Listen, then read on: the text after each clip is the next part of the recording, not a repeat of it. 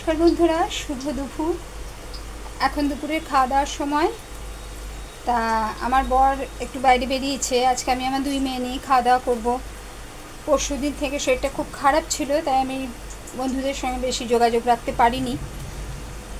আজকে এক জায়গায় হোম ডেলিভারি দেওয়ার ছিল, খুব এমার্জেন্সি বলে ওই জায়গাটা রেখে গিয়েছিল, নাহলে আমাকে বেরোতে একদমই দেয় না। তা বেরিয়েছিলাম একটু, যাওয়ার সময় অটো করে গিয়েছি, আসার সময় যেহেতু একটু হাঁটার জেদ আমিই করেছি, না আমি হেঁটেই বাড়ি যাব, একদম রাস্তায় বেরোনো হয় না, হাঁটাটাও হয় না। তাই একটু হেঁটে গেলে চারপাশে রাস্তাঘাট একটু দেখাও হয়, দু চারটে মানুষজনের সাথে কথাও বলা হয়, নাহলে গাড়িতে বসো আর তো হুট করে 2 মিনিটের মধ্যে বাড়ি চলে আসো। তা আমাকে একাও ছাড়েনি আমার মেয়ে আমার সাথেই গিয়েছিল, মানে বড় মেয়ে গিয়েছিল। তা ওই নিয়েই অশান্তি চলছে, কেন তুমি এই শরীর খারাপ নিয়ে কেন তুমি হাঁটবে। মানে আমার কিছু হলে আমার থেকে বেশি ওরা নার্ভাস হয়ে পড়ে, মানে ওর মার কিছু হলে যেন ঘর একদম অচল।